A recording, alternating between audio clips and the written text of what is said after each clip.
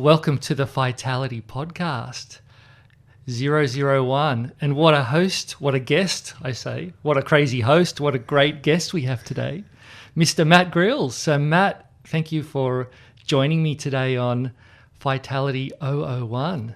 001. We'll have 4 zeros. Maybe we'll do 1,000. Exactly. Podcast 001. 001.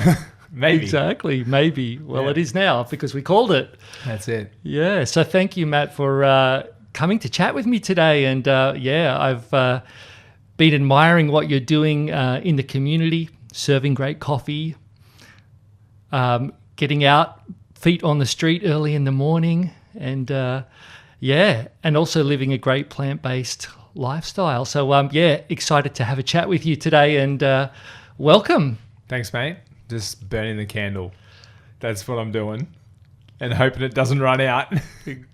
Yeah, you've got a little bit left in you yet. I think. Yeah, I hope so. Yeah, I hope so. Thanks for having me, mate. Yeah, welcome, Matt. Thank you for joining. So yeah, I guess I was excited. I moved to Bargara a couple of years ago, just over 2 years ago actually, and met Matt. I was looking for a brew in town and happened to find this beautiful shop that made coffee called The Journey, and waltzed on in and had the pleasure of meeting Mr. Matt Grills, and over that time I've come to know Matt, and really inspired by Matt's journey and what he does in terms of his own health, well-being and values, but also what he does for the community. So I guess, Matt, you've been in the beautiful Bargara or Bundaberg region a little bit longer than I have. Tell me about your journey relative to health and fitness, and where do you think you had the inspiration, I guess, to get from a health and well-being perspective? What was a trigger to really inspire you to go on a health and wellness journey?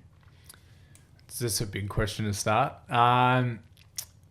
Well, I don't know when health really sort of entered the picture. I guess just as a kid, I was just pretty standard Australian, did my thing. Mum cooked meals for us at home, did our thing, and growing up, played lots of sport. And then I guess when I started to become interested in health was I moved back from overseas and did some band stuff, and then I started to get pretty heavily into the gym. And when I get into something, I pretty much dive headfirst into it and started reading all the magazines, and that's when magazines were still a thing.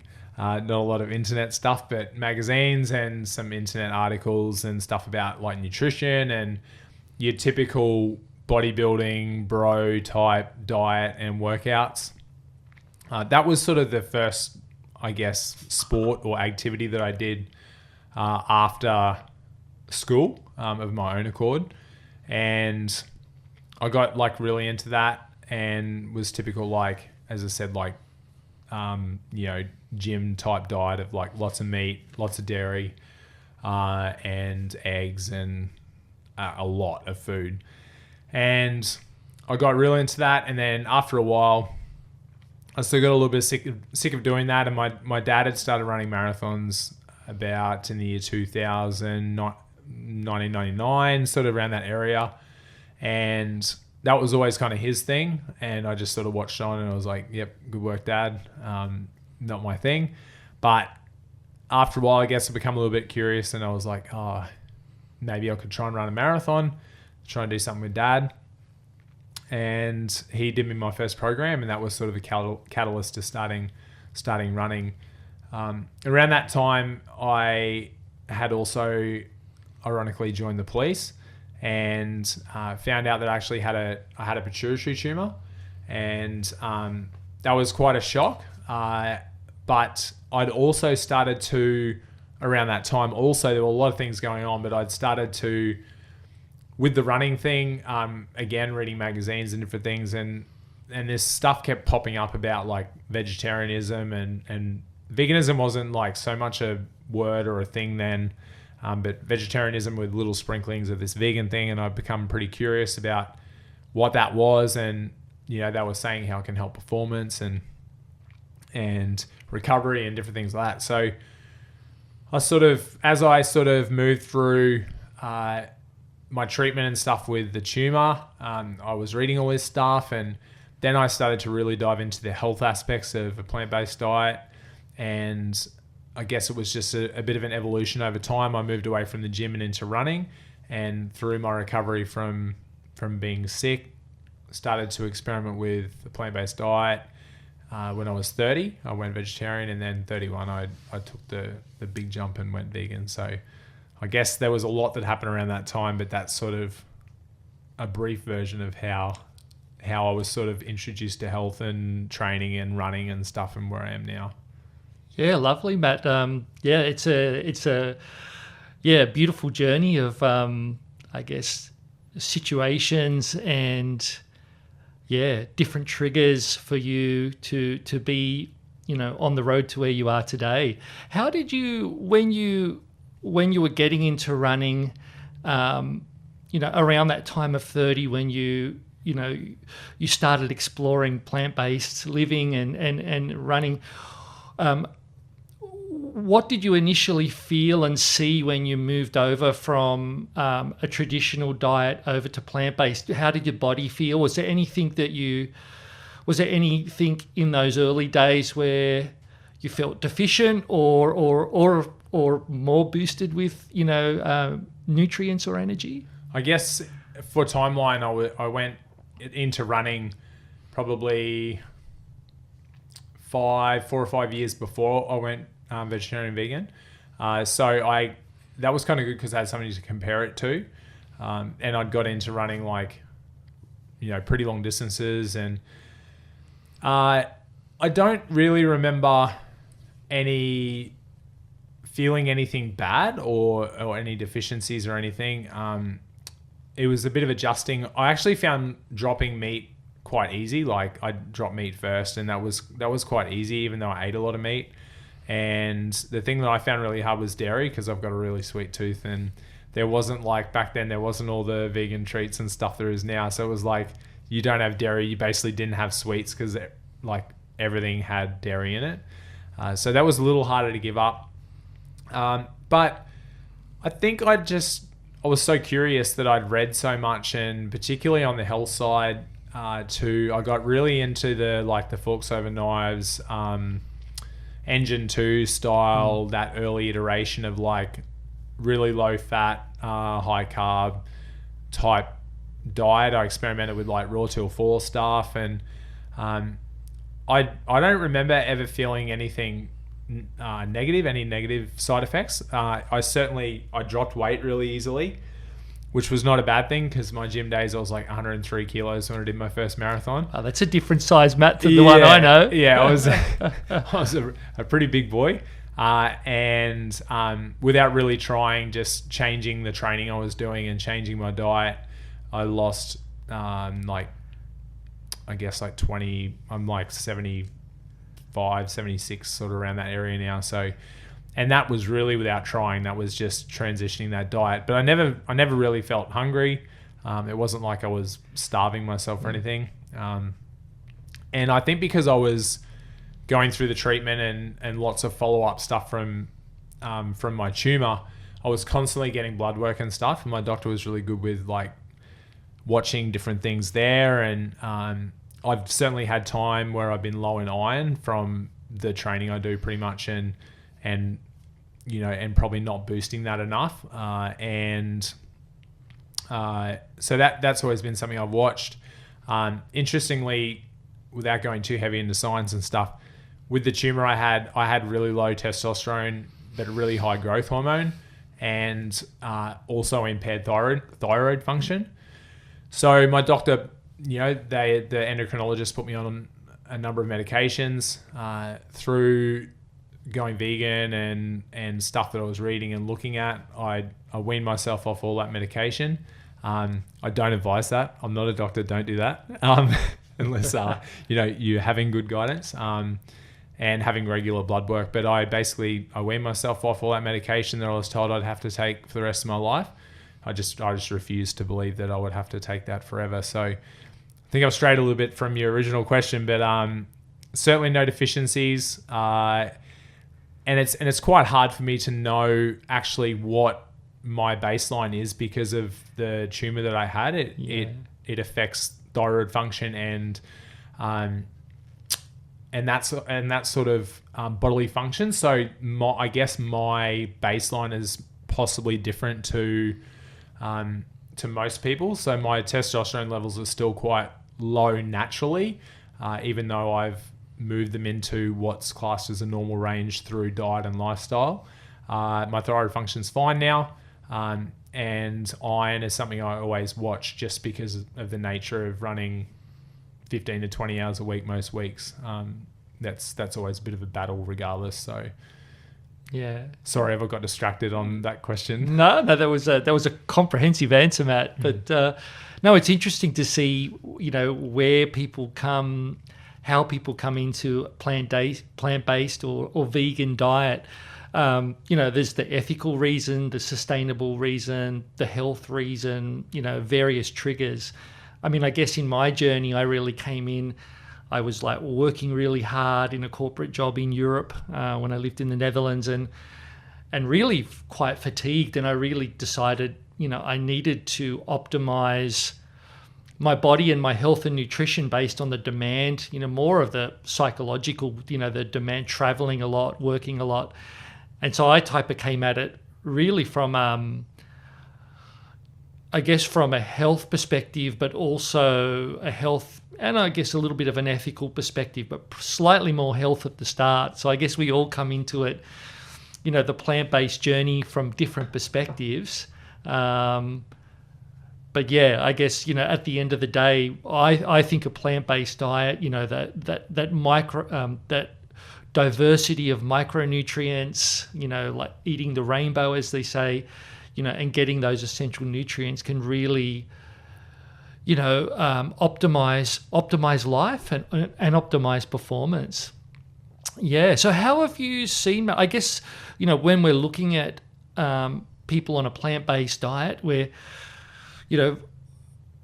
wanting to make sure based on how they live every day, they get those essential nutrients. I guess the things that we see a lot, that we talk to people a lot around, B12, vitamin D3 and omegas. In your journey on being plant-based, I guess you're learning as you go along, like all of us. When or how did you stop to think about essential nutrients, that you needed? You stopped taking meat and eggs. You remove that off the plate. How did you build up the key nutrients in your plant-based diet?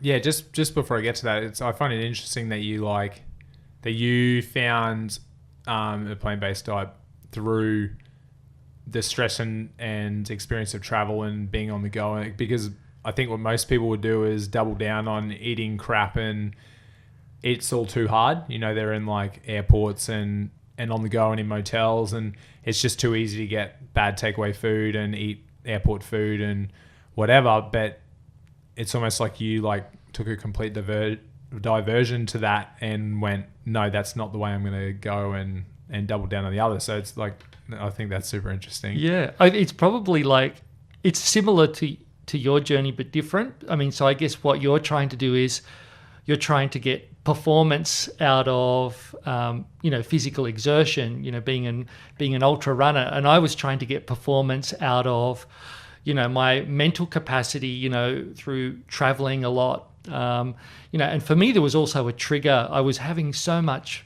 I guess I was getting quite bad heart pains because I was under quite high pressure, running, distribution across Europe, the Middle East and Africa. So there was a lot of, demands on a, 27, 28-year-old kid still. And so I was like, really, how can I optimize the situation? I need to step up to meet the challenge, and what can I do to improve performance?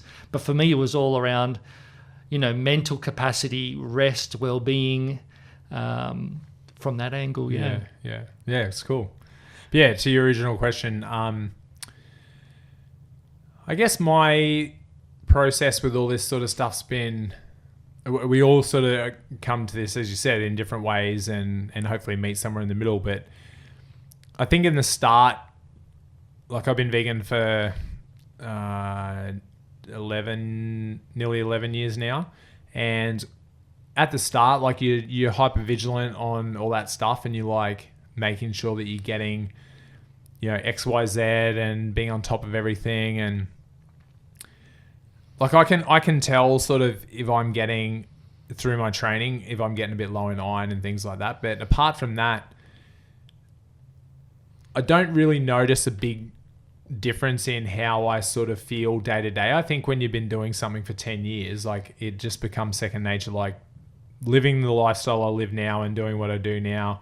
I've moved through that stage of like angry vegan, and I still get angry sometimes, but like that stage that a lot of people go through and different motivations. Whereas now I more take the approach now where I'm like, I'm upfront and honest, and I'm transparent about the way that I live. I don't feel like my performance as an athlete and in life in general has been impaired because of the lifestyle choices that I've made.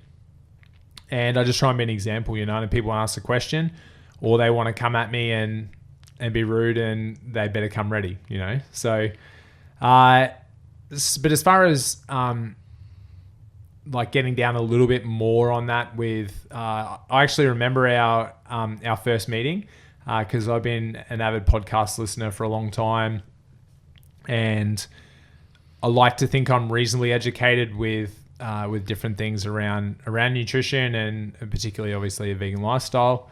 And like you turned up at the shop and you started talking about like you're almost like embarrassed to say what you did because you're like, I could see it in your face. You're like, I got to tell this freaking story again. Like nobody understands what I'm talking about or what I'm doing. And it's a small town. And like, I felt that, but from the other side where I like felt like I've been learning all this stuff. And then I think that was around the time that like plant-based algae and DHA. I don't feel like the whole omegas and DHA and EPA and all that stuff was really a big thing at the start of like when veganism sort of kicked on a little bit. I feel like it was all about like B12 and protein and iron, whereas I feel like all the stuff that you're about sort of come a bit later. At least that's how I saw it. So yeah, so when I met you, I was like, you're like shyly being like, oh, I've got this business and it's like plant-based, and I was like frothing. I'm like, what the heck is this guy doing here in this like little town, and turned up at our shop and talking about all this stuff that I'm like nerd out about, but nobody else wants to talk about. So that was really cool. So and to be honest, until I'd met you, I hadn't really thought about supplementing or taking anything, like that. I've taken greens powders and different stuff, over the time. To be perfectly honest, I don't really notice a massive difference like within myself. On a more macro scale, what I do with my training, like as I said, like running anywhere from like 10 to 50k a day, it's really hard to have a balance between what I feel like is the most healthful diet, which in my opinion is, no processed food, limiting oils a little, fruits, vegetables, nuts, legumes, beans, like no processed stuff. However, as an athlete and probably burning anywhere in the vicinity of like 4,000 to 10,000 calories a day, there's the ideal diet, and then there's literally just eating to get calories. And that doesn't always come in the form of the most healthful food. So it's a bit of a balancing act, and it's something I've struggled with like through my ultra endurance lifestyle and vegan lifestyle as well. So there's the ideal, and then there's, and I guess that's another way of saying that, when I'm introducing these supplements and different things, I know they're doing me good, but I maybe don't necessarily be like, if I don't have it for a few days, I'm like, oh, I'm so weary. but I actually look forward to taking them now. Like we had a conversation around a bit of a protocol that myself and my family could use, and I really look forward to having that each day, like a greens drink I've told you about that I make up, like a concoction of like a greens drink, and it's just a nice additive. It makes me feel good, and I know it's doing me good.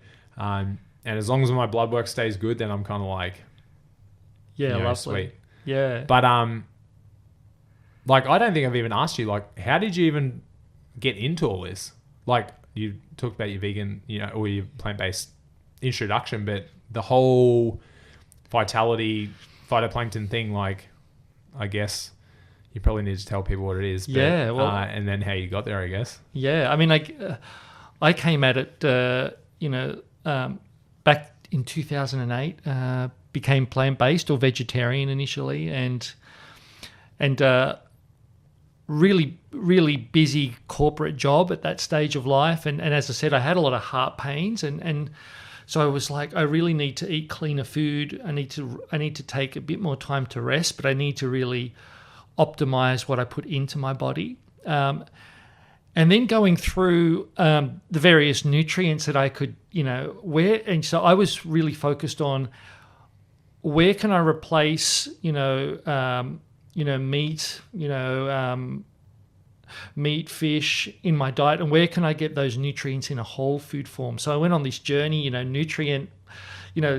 key nutrient category by category. Okay, I'll get my proteins here, vitamins there, and then I got to omega. Super reductionist, just like boiling it all down. Exactly, being the nerd I am. Yeah. And then I got to omega-3s, and I was like, well, hang on, where do the fish get those omega-3s from? And then I took that deep dive and realized that fish don't make omega-3s. They actually get them from plants at the base of the ocean, and what fish do, they actually transfer these proteins and essential fatty acids up the marine chain, since fish are carnivorous, but the fish don't make these essential nutrients. They come from plants called phytoplankton. So I was like, oh, that's super interesting. Well, where do I buy them in the shop? And then, so you start to have this aha moment where you think, well, hang on, I've heard all these stories where overfishing the sea, the environment is not as pristine as it used to be. This sounds like a really sensible thing to do. If these marine proteins and marine omega-3s originate from plants, then why isn't someone growing these plants? So that was really my type of aha moment or light bulb moment when I thought, hey, there's a gap in the market here. This is a real need for humanity. If we're going to keep fishing the seas, emptying the seas, with the growing population we have, not only do we have to, to make better choices from a purity or sustainable perspective, we need to make better choices from a ecology perspective, because, we're just one animal on this planet.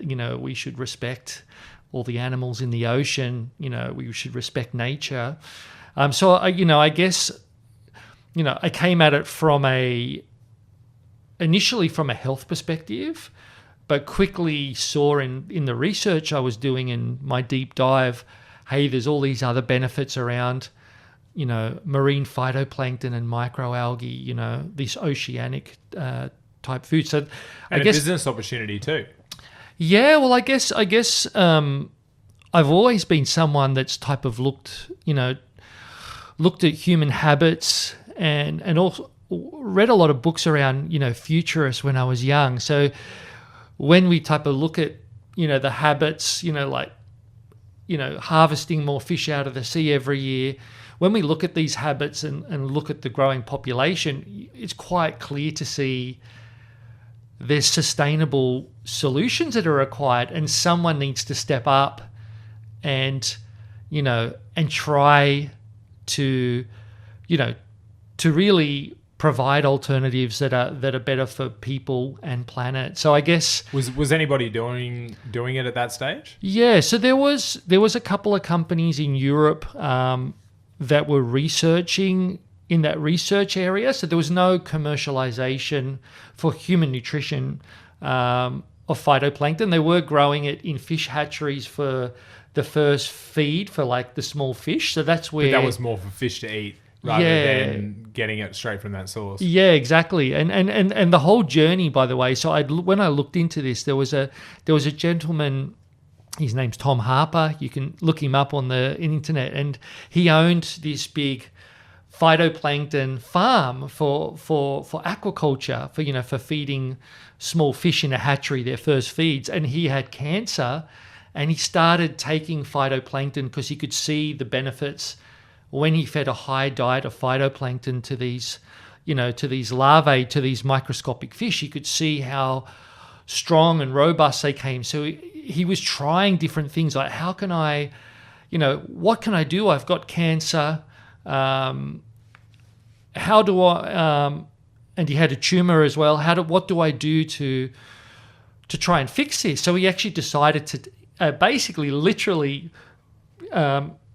scoop out phytoplankton out of these ponds that he was growing it in, and started to drink this phytoplankton. Yeah, that's a hard no from me. Yeah, but it was amazing. Within don't quote me on the exact time, but you can see this story on the internet. Within a year and a half, his cancer was totally gone. Yeah, right. And so he was the impetus, this guy in Europe, Tom Harper, for growing it. But what he was doing, he wasn't growing it in fully closed systems. And what we saw, so there was a couple of research companies in Europe, and they were looking into this, and I was like, wow, this is the thing to do. I'm going to invest a small amount of shares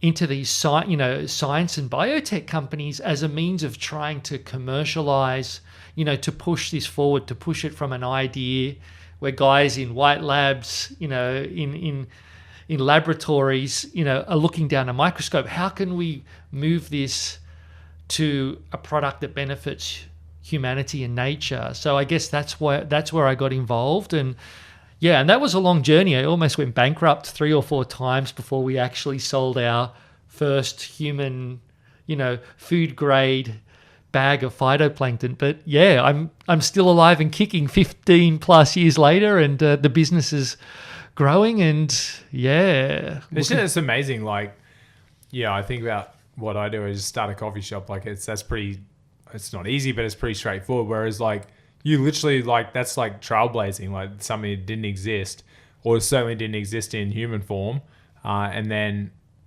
like you've just found a way. Like that's incredible. Hey, you've met the right people, and as you said, like massive risk, nearly losing everything a couple of times, but just having conviction to keep charging forward. And I imagine there's probably a 5-hour podcast on how you went from then to now, but it's amazing how you went from. Did you meet Tom? Was it Tom? No, I never actually met Tom Harper, but I know a gentleman who was really inspired by him in Canada that I have met. And, I think what was really interesting is, to take the great work that Tom did and really move that into a product quality and also standards of certification that we can all trust. So Tom went from, literally scooping it out of these open basins, and we're in Europe where food is heavily regulated. Japan and Europe are the heaviest, food regulatory bodies in the world. So we were like, in Europe in those days, how can we prove the safety of this and grow it at food standards so it's high quality and consistent? So I actually have to say, Matt, hats off to, our marine biologists, our process engineers, and those science and innovation guys that made it all happen. They're the ones that have created the technology, and I guess I was the impetus to keep pushing them every day and say, come on guys, there's a reason to do this. This is the goal, this is the ambition. Here's what we can do for humanity. Here's what we can do to the ocean.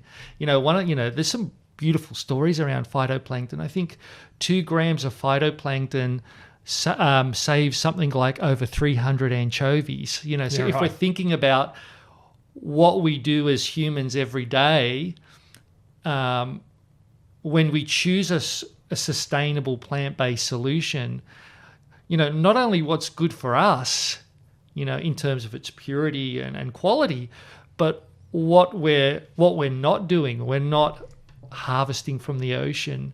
You know, we're supporting the seas to regenerate every time we choose for a plant-based solution. So I quickly, you know, opened up to the broader perspective of, you know, what we're doing is not only good for humans, but good for planet. Yeah, I mean, something that I find increasingly frustrating is when you find these alternatives that seem to me to be incredibly clear and straightforward and a misnomer on how you change over. Like I had a conversation the other day about pectin and gelatin. It was like, it just seems so obvious that you would use a plant-based option that, as far as I'm aware, does pretty much the same thing. Excuse me if I'm speaking out of turn on that. And then, no, you're correct. You know, and then, you know, changing the mindset and the culture and the food system around something as basic as that. To me, it seems so straightforward, but in practical terms, there's a massive leap. And I guess the point of speaking about that brings me to talk about, like, you know, I've introduced you to a few people around town, and every time I introduce you, like, I'm excited about what you do, and I see you trying to explain to people, and a lot of time I see like blank looks on their faces, like they got no freaking idea what you're talking about.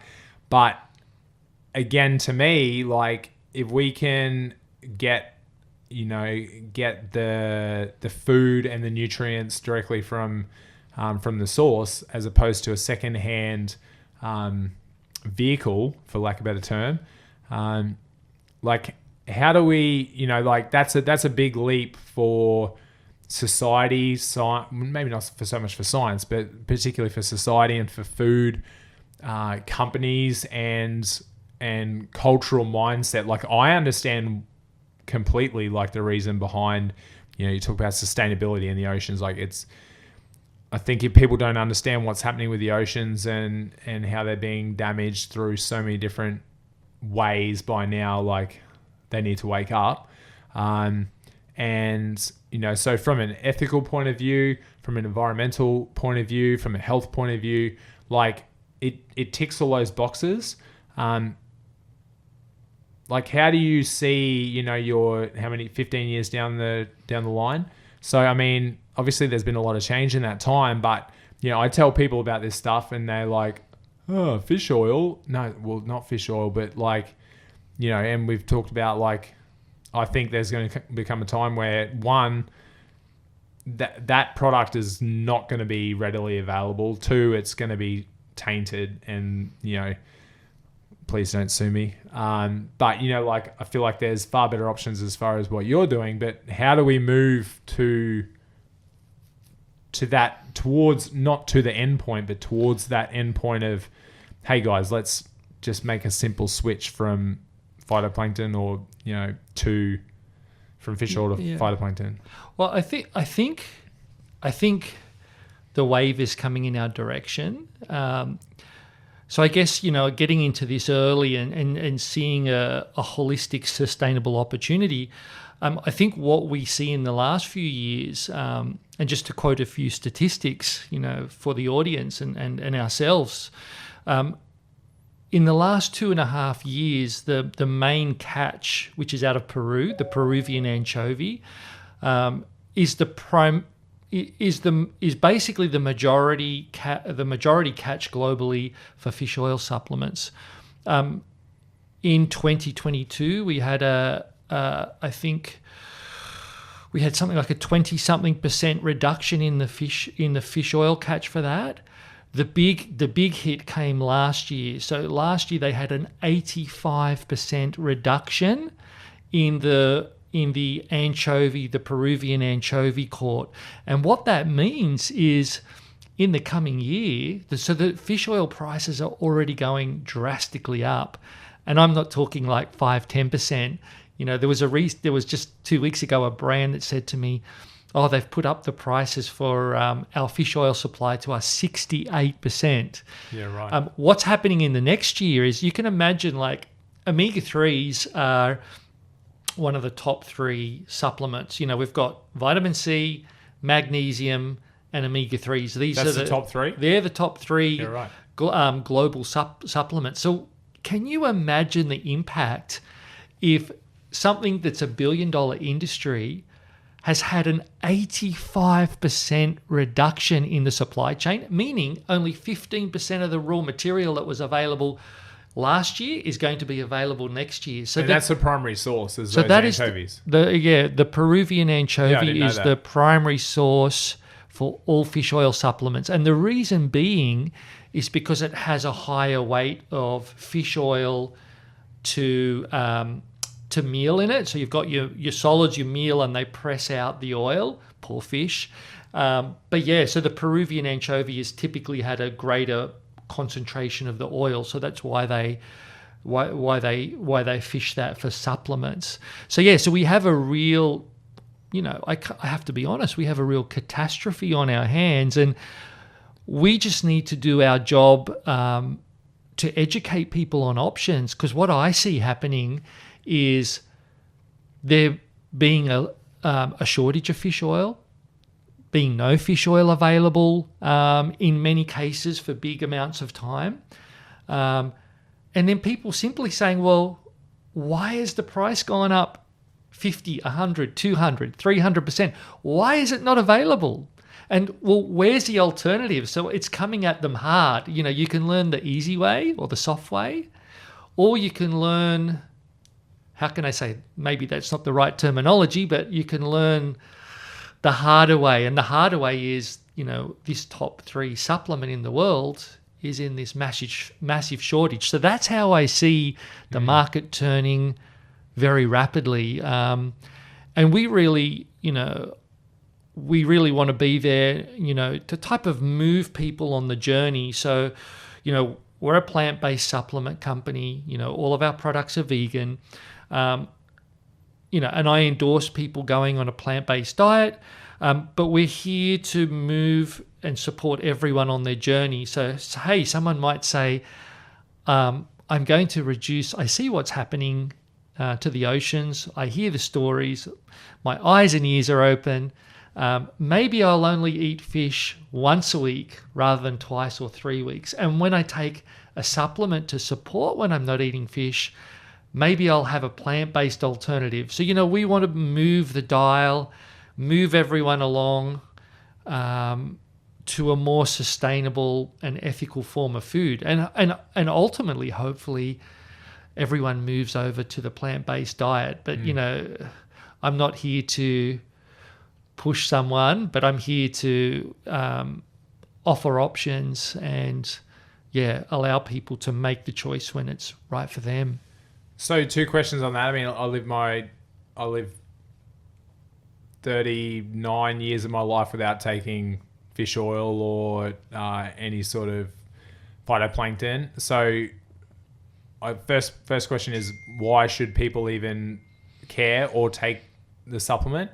And second question, is it scalable and is it sustainable to, if fish oil disappeared, maybe not tomorrow, but over the next 5-10 years, is it sustainable to serve the world through a plant-based option? Yeah, they're great questions, Matt. Thank you. For the first question, why should we take omega-3?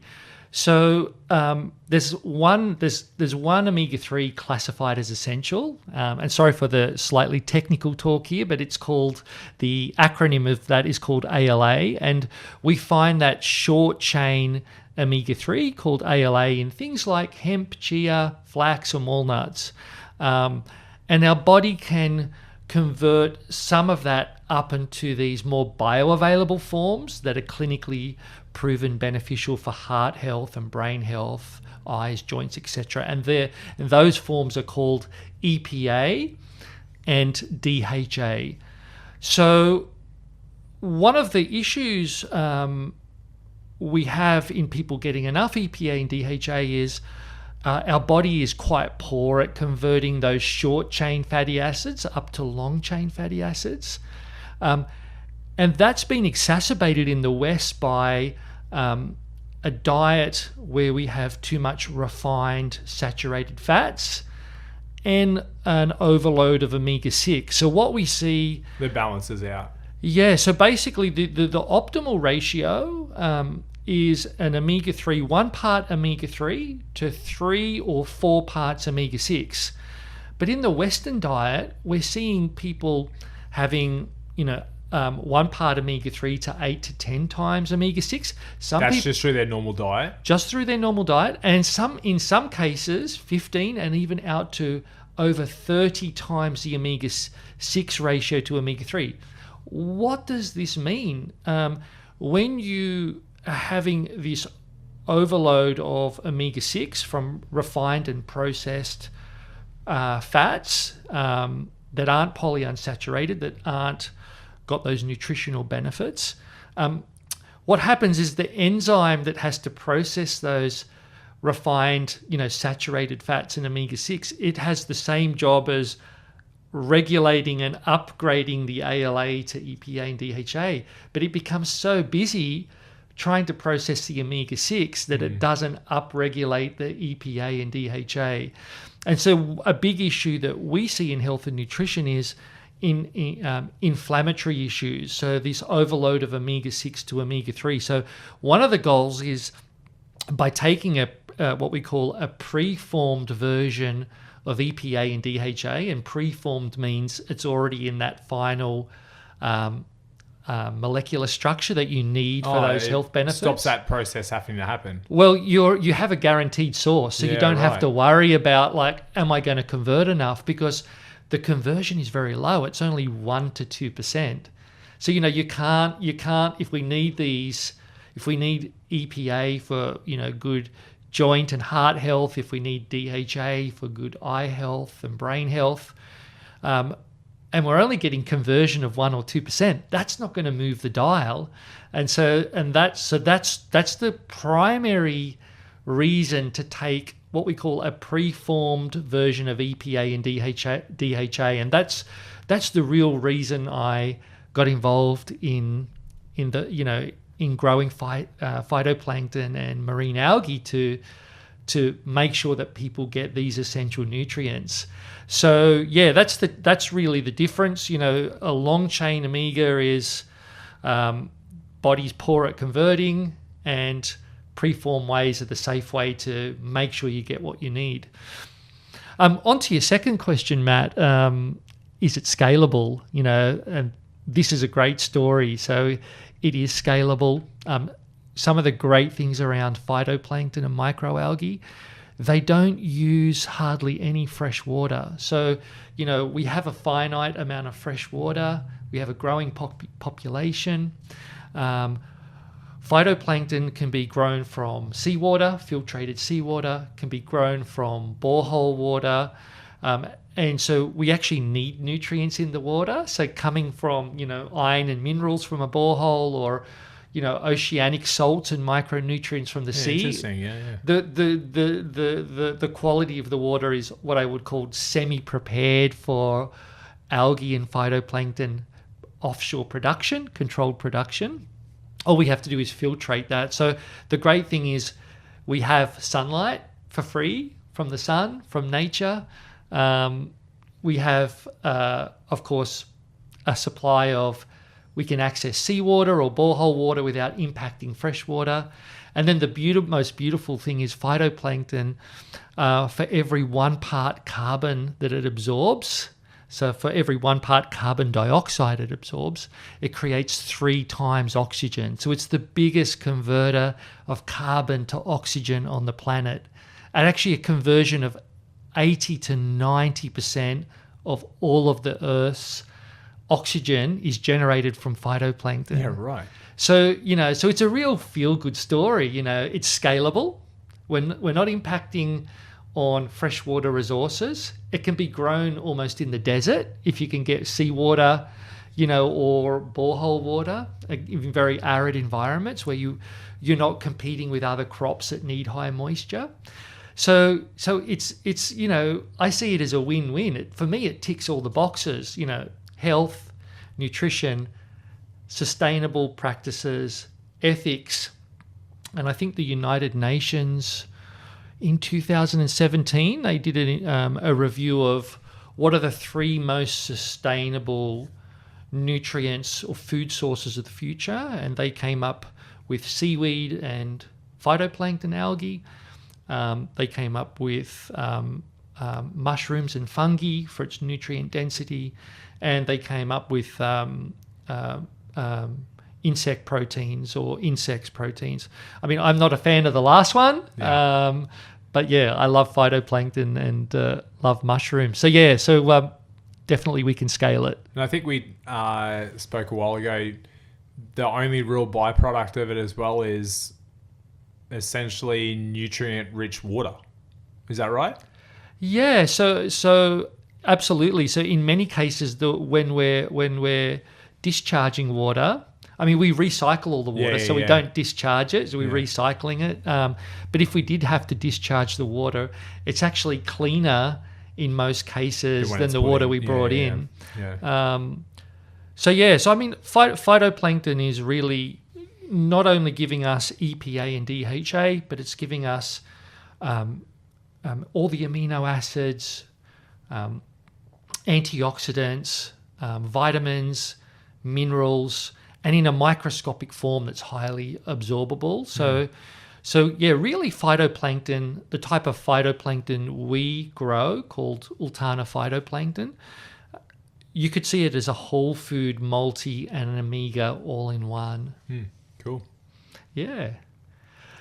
And so I'm interested to ask you, Matt, your journey as a just to segue a little bit back into your journey. I mean, you've got some ambitions, no doubt, to do some runs, some ultra marathons, some runs. Tell me a little bit about what you're looking to do in the future, and what's coming up on the horizon. Yeah, it's certainly been a journey. So I guess I'm like 16 years into my running quote unquote career. I'm probably a little different to a lot of recreational runners in that, yes, I'm a recreational runner, but I also look at it as a bit of a part-time job, a very, very, very, very low paying part-time job. Hours work for return is very low. But running to me I get quite philosophical about running now, and it's certainly moved from a hobby to even like identity and the main thing I do outside of work and family. So I'm always, I love races. I've done a lot of races over the years, and I still love doing races. There's some really big races around the world that I want to tick off, and I'm super fortunate that my family and we plan a lot of our travel and trips around some of these big races. And even though they're quite hard to get into now, it's there's a little goal list of different races around the world, and I still love doing races and local ones as well.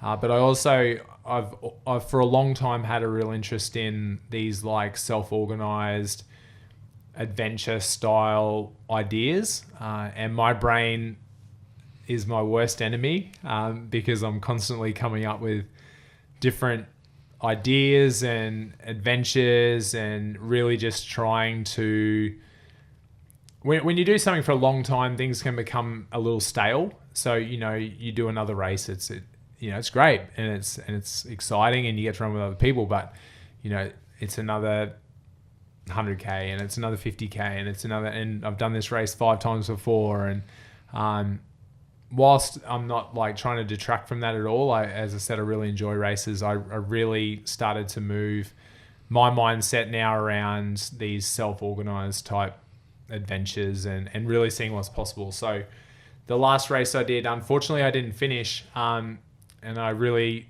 would love to have my time again. But part of the reason I didn't finish probably is because I ran to the start line. So I ran from Bargara from my house to Noosa, which was 255 kilometers before the race. Just a small warm-up, Matt. Just a little warm-up, and then started the Noosa Ultra Trail, which was a 100k race. And I called it quits at 41 kilometers because I think I just had enough. I think we need to go back and officially measure the race from Bargara. Then you would have finished the race. Yeah, well, I mean, it's all if buts and maybes, but I didn't finish the race. So so that style of adventure type. I've got a long list of things. Before we opened our first coffee shop, we were having trouble getting any sort of financial help, and we begged, borrowed, and stole. And and an idea I had was I decided to run from my house to the coffee roastery at Budrum. But that was in one go, not over a multiple of days. That was 200 miles, so 320 kilometers.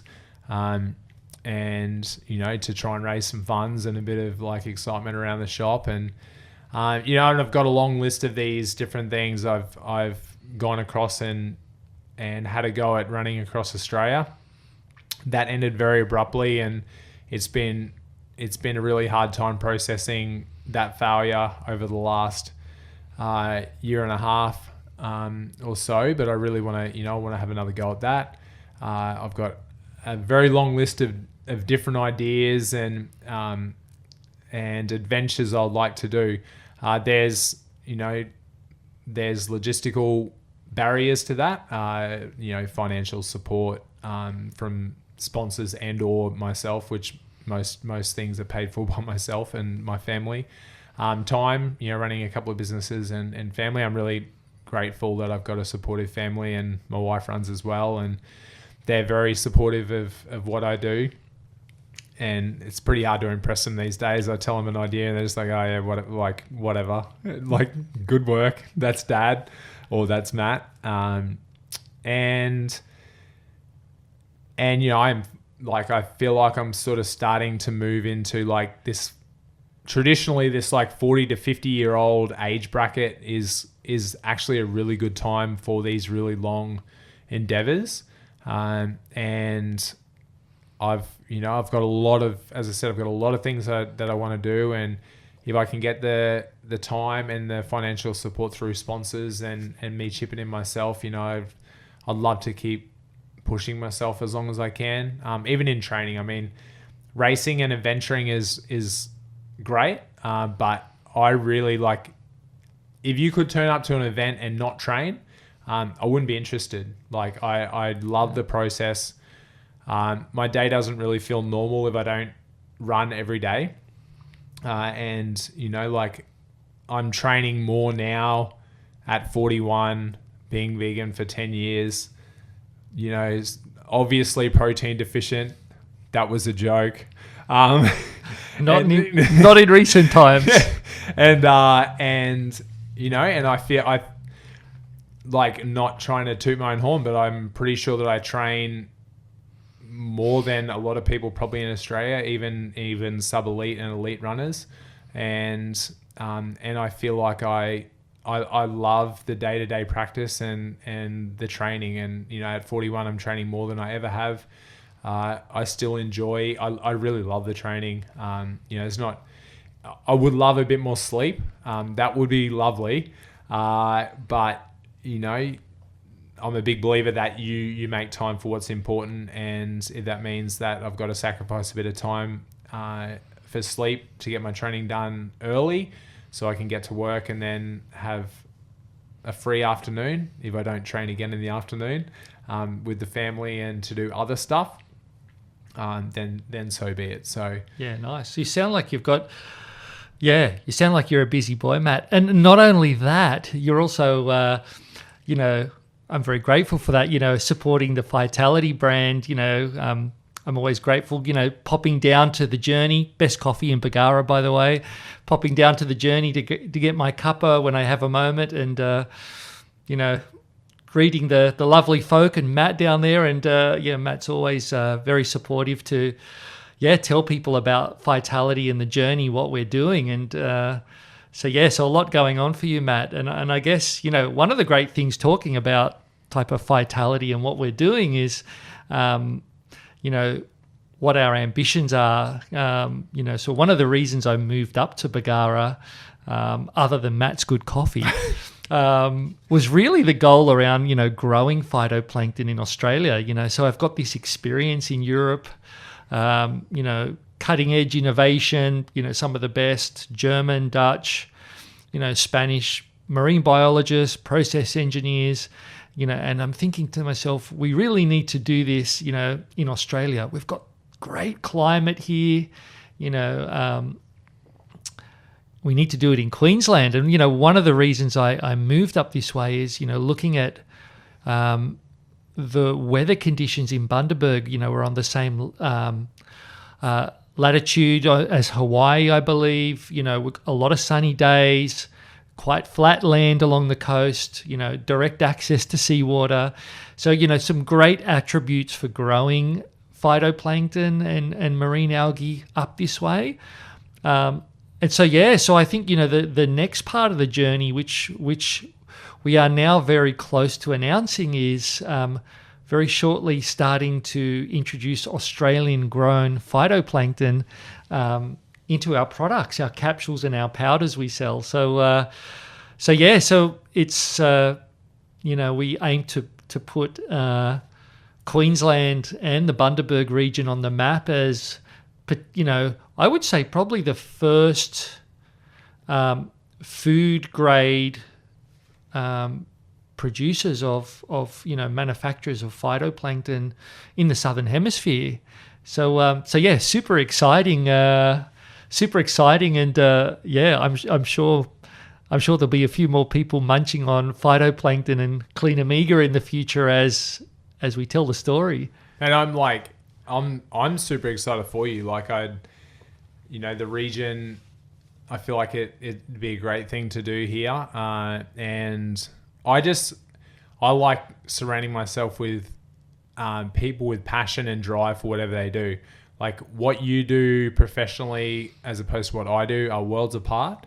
But I think when people have a drive and a passion and, it's evident in the way they conduct themselves, like I'm all about that. Like I've been excited about what you're doing from when I met you, and I'm excited about what's like, I want to be a part of it.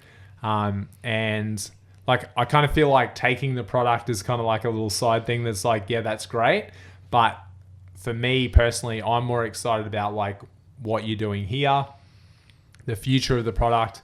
I like innovation that can shift the needle on what was once considered the only option into something that out of necessity, let's face it, it's going to be out of necessity because we're not going to have an option in the future because of the way we're treating the earth and animals and the oceans. So I think it's really cool. And to have it happening here, like I keep on being like, I want to be involved. And I don't like, I've only got so much bandwidth, but like I think it's super cool, man. And it's going to be really good to see how that all evolves. And it's exciting that it's happening in our town. Yeah. I mean, I think, as we all know, Bundaberg is the Bundaberg region's quite well known for, it's what we call large scale agriculture. And so I think, bringing, marine microalgae, also called phytoplankton, to Queensland. We moved up from northern New South Wales a couple of years ago. Bringing that up here, really brings innovation to Queensland, new ideas, sustainable products, so it's quite exciting. And there's a lot of leverage that, we can benefit from up here. There's some, really good ag tech companies with some good, water processing technology. So, we're really looking forward to, I would say type of complementing the region, and adding something new and different to the diversity, that we have in this region when it comes to ag tech and agriculture. It'd be nice to have something that's worldwide known from the area as opposed to alcohol. Yeah, at the moment, you know what, we could be hopefully the third variation. If every, you know, I've got, you know, when I travel to the Netherlands and the US, I was over in the US in March, as we plan to launch Phytality in the US, and people would say, "Where do you come from?" And I'd say Bundaberg, and they're like, "Oh, Bundaberg brewed drinks or Bundaberg rum." So I guess, you know, the name is on the map, but yeah, we're certainly not making alcohol. And Bundaberg brewed drinks, they're a great Bundy company, but yeah, we're doing something different to both of those guys. What an aspiration though, if you can like be on people's minds to the level of association with Bundaberg rum, and you know, and Bundy brew drinks, like Bundy, yeah, like I think that's something to really aspire to. Not those types of products, obviously, but that level of, you know, when somebody thinks about this town, that's what they think of. Oh, that would be pretty cool. Yeah. I mean, I think those business models have been very successful because they've used, you know, local ingredients, you know, local resources, things that are rich to the region, and valorize them locally, you know, so less logistics cost, and, you know, so they've been smart about what we do. But, you know, we have great sun here, you know, we've got coastline, we've got seawater, we've even got a number of unused greenhouses that can be refurbished. So I guess in this, you know, in our way, in our sustainable and ethical, you know, plant-based way, we're doing something similar. We're trying to use attributes, you know, in the region and look to make value from nature and those natural attributes. Super cool. Yeah. And we've got some exciting things on the horizon. So we've got coming out we've got the phytoplankton powder. I think later this year we're probably looking at adding to the Clean Omega range. So we do a very high purity DHA algal oil. So looking to add to that portfolio.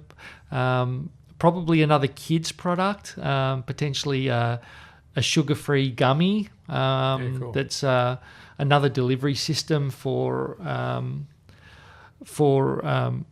children, you know, getting essential nutrients into children. So yeah, the future is exciting, Matt. We've got it all. Good coffee and phytoplankton. Yeah. Just got to keep hustling. That's the thing. Every day. Yeah. No, it's there's a lot of hustling going on. I mean, we've got big plans. I would say in the US. I came back from the US in March, and it's really interesting to see. I was astonished the demand for phytoplankton. So phytoplankton is not grown as a food grade product in the US, and just over there and looking at the analytics, you know, where, you know, the searches on phytoplankton and even our brand Phytality in the US, you know, we're really excited about, you know, taking this tiny but mighty microscopic plant, you know, from Australia to the world. So we've got our eyes on Canada and the US as markets that we're really going to work hard to developing, and really giving, I would say, what I would call the first Australian grown alternative to the current products coming in there from Europe. So that's a big goal of mine this year. I would say to work local, you know, so do what we do better locally, support the local community, support people's health and nutrition on a local aspect, but also as that ripples out, you know, to get more people on the Phytality bandwagon overseas. Yeah. Cool. Very exciting. Yeah. And tell me, Matt, what's happening in Coffee Land? Are we going to have a new cafe in our beautiful little village? New coffee beans to taste. I can't wait. Please tell me. Coffee land is hectic currently. So we have 2 stores, and we started our Bargara location 7.5 years ago, and our Bundaberg location about 2.5 years ago. So we, through a process of many decisions and discussions, we're actually selling our Bundaberg location, and we are next week starting a full renovation and refit and rebrand of our Bargara store. So yes, there's going to be new coffee and a new player by the same player. The same player with a different name? With a different, yeah. And a different coffee machine? Yeah. So it's super exciting for us. We're really returning to the original vision that we had of just doing a straight espresso bar. Like, I think the Melbourne espresso bar and coffee is literally the thing that people are going there for, and a couple of other tiny little offerings. But simplifying, reducing things down, and doing coffee. I think we do it very well now, but moving to doing coffee even more exceptionally. And as passionate as you are about Phytoplankton, I'm certainly in that world with coffee, and I love the cafe. I love being around people, and I love the process of making coffee and learning about it. And I think it's going to be really good for once we move through this stage of manicness, for myself and my family to hopefully move the town store into somebody who can love it as much as we have, and simplify things in Bargara and still offer an exceptional product, a great place for people to hang out and meet people and encourage people and help them on their own path. So yeah, it's a busy time for us, and it's great. It's been a wild ride. I knew nothing about business when I started, but it's been a lot of learning and growing and tears and laughter, and whilst it's sad to be seeing the journey Bargara no more in a week, it's very fresh, and it is sad, but it's also really exciting to be moving into something new and different. And it's going to be super nice to have all new gear and a fresh shop, and to introduce people to this new iteration of what we're doing. So change is good. I don't ever want to become stagnant with anything I do in my life. And yeah, I look forward to this next little chapter and see where it takes us. Yeah, lovely. Well, I'm looking forward to the new iteration, trying out the coffee. I have to say, I've always found the journey down at Bargara. It's Matt is like the glue that brings everyone together. You know, it's very kind of you. It's the local hangout. It's where the vibrant and progressive and fun people in Bargara come to meet and greet and sip Bargara's best coffee. So I'm looking forward to what's next. I'm thinking to myself, can the coffee get better? Wow, I'm looking forward to seeing what version 2 brings. Yeah, it is actually like it's risky. Like I'm well aware of that, because the coffee that we've served for the last 7.5 years is fantastic. Kai Coffee, give them a shout out. It's great coffee, and I love Sean and the crew there. But we just felt like we wanted to, with this changing brand, and we felt like it was time for us to move on to a different roaster.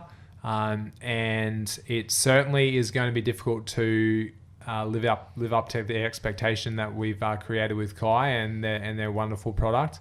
And I believe that it's great coffee. And funny thing, like small town mindset, like a lot of people tend to feel that once they find one good thing, that's the only good thing.